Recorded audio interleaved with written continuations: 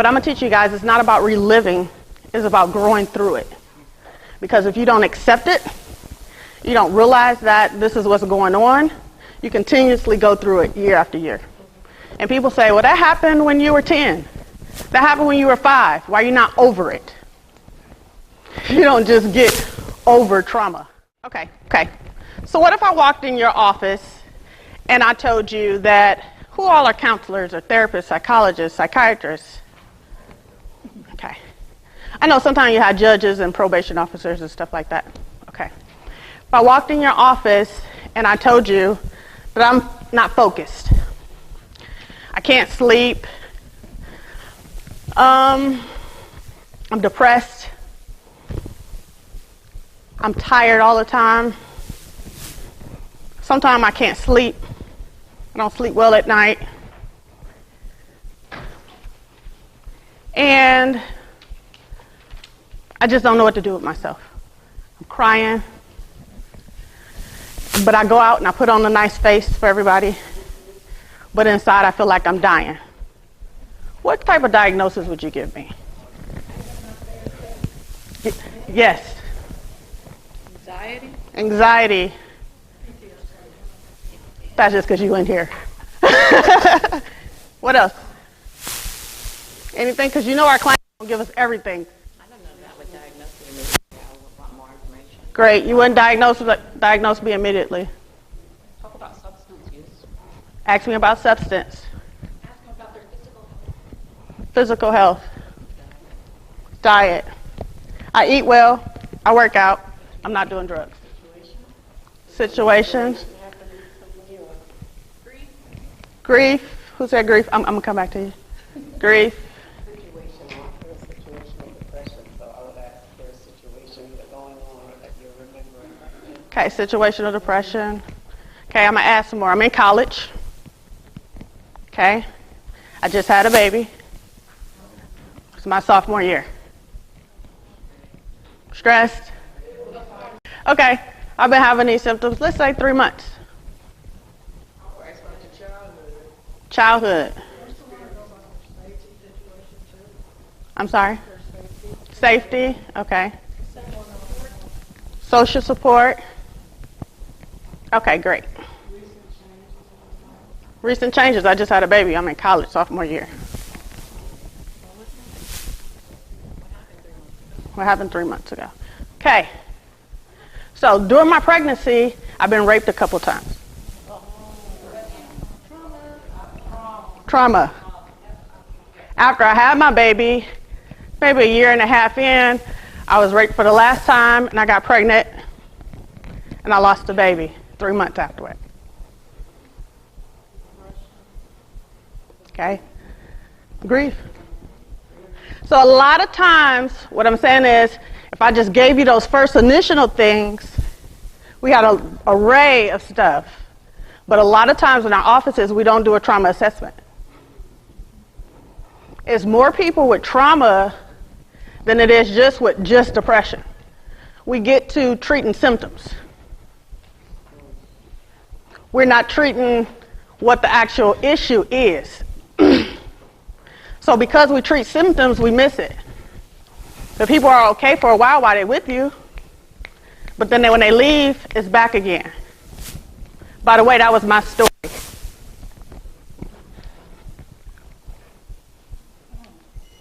So that's a true story. And that's how I came up with this. I went through my own rape while I was in college, sophomore year, had another baby, lost it at 3 months. And luckily, I did have people to help. I had to do some work. So imagine being able to feel whole again. Trauma and effect it has on us, it also affects other people, whether we realize it or not. And the abuse. So let's take the steps to grow through it and accept it, understand it, and move forward. Right. It's an emotional response to a terrible event, like an accident, rape, natural disaster. What's some other traumatic events that we know of? Death. What else? fire, divorce, abuse, growing up with someone who has a mental illness,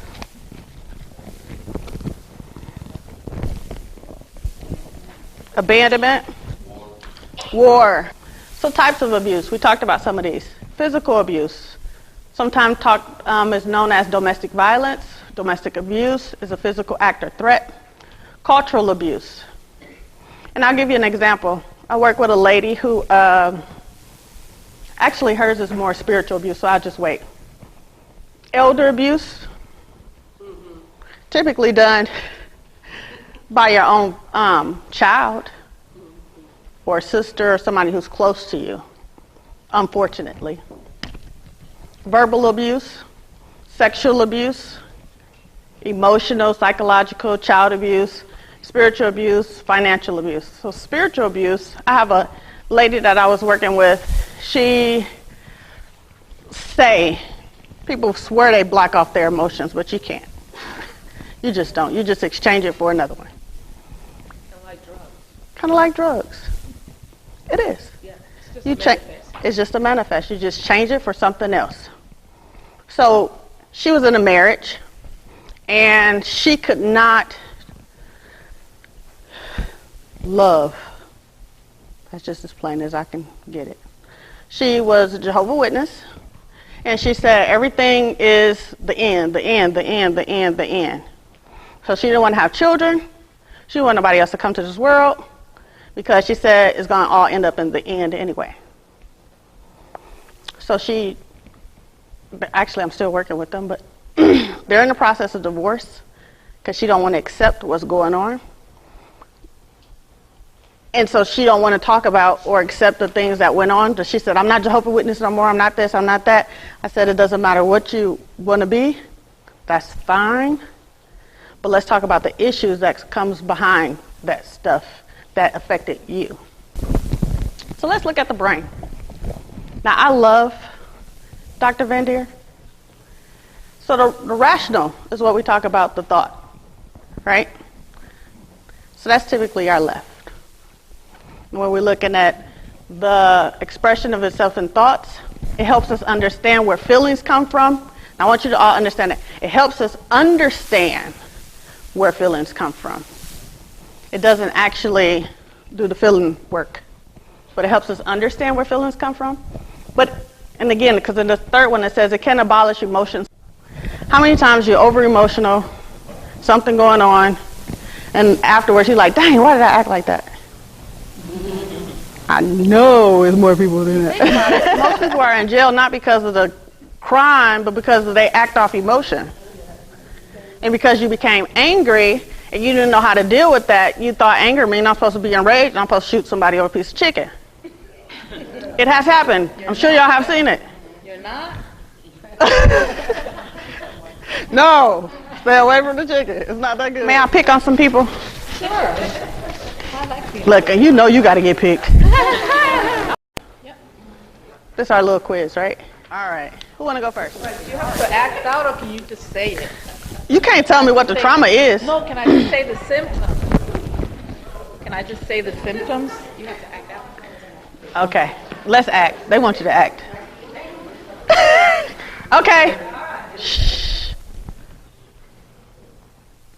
Well, I don't really like hanging around with anybody that's not from my community because I don't really trust white people. Yeah. Cultural abuse. Okay. So the 4 steps, right? Grieving, rationalization, understanding, and that big old lovely forgiveness. Important for us to recognize where are they in this grieving process. People always say, how long is it going to take me to grieve? I'm tired of this. Now, there's no time limit. We don't want you to be grieving to the point where you go into a deep depression. So we have to work through grief, right? That's why you had a process. We work through the grieving process. So if somebody's even grieving, at the same time, coupled with that, teach self-care. What are you doing Are you eating good? You know, exercise, still socializing, some of that other stuff. That doesn't mean you're not grieving. Because what we don't want people to do is go into a deep depression.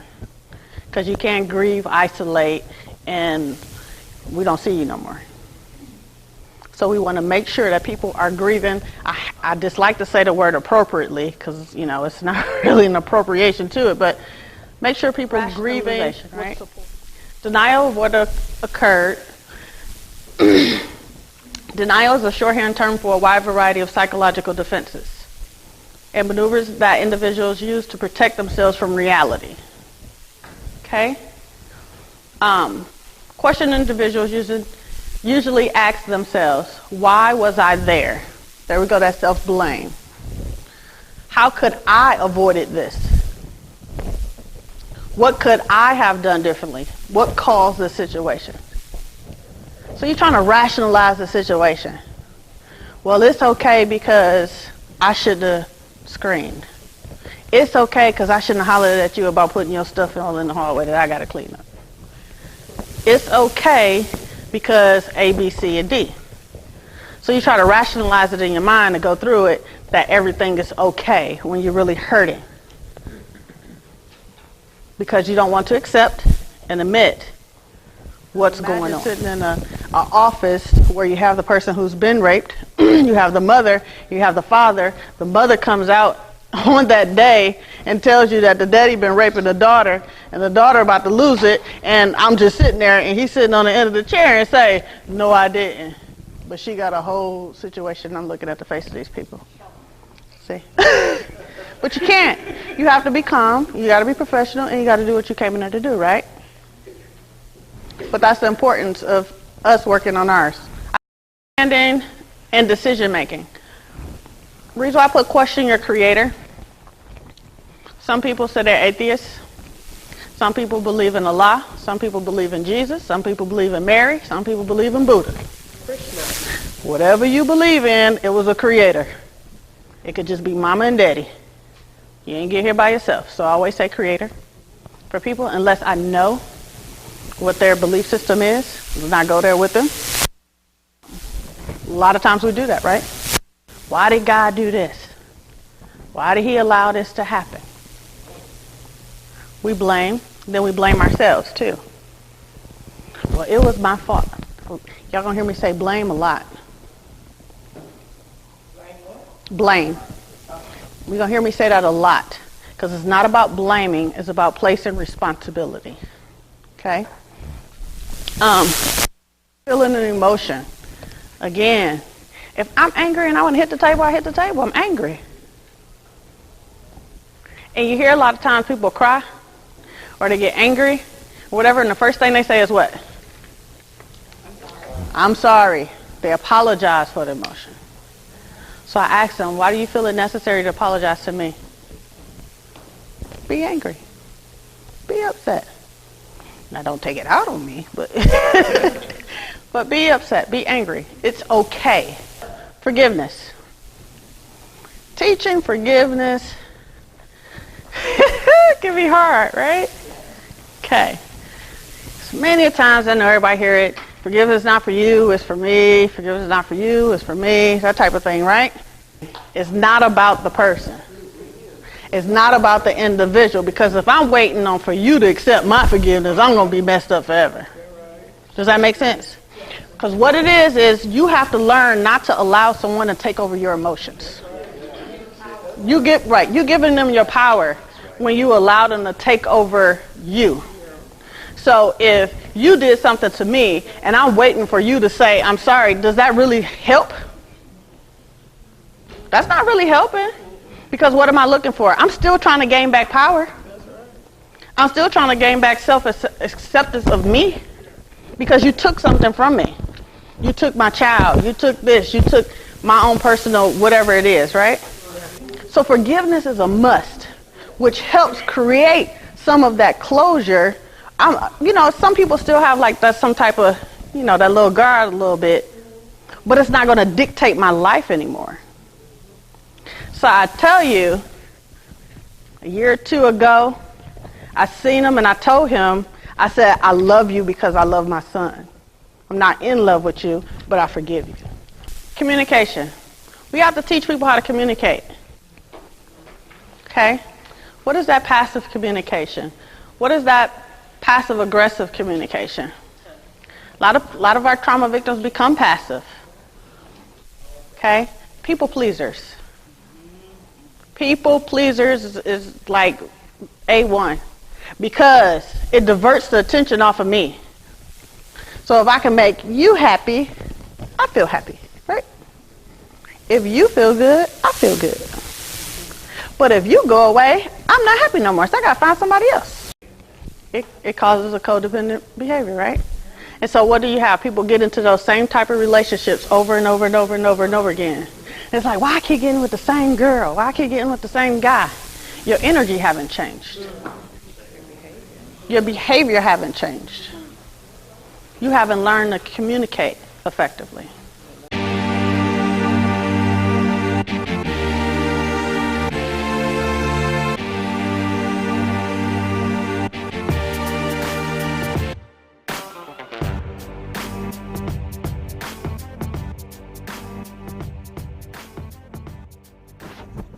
It's a beautiful sunny day here in Raleigh, North Carolina, and I am so excited that I'm able to really enjoy these types of days. There was a time when that wasn't something that was immediately available to me because of my mental condition and my emotional condition due to some childhood trauma that I suffered and that I had to deal with.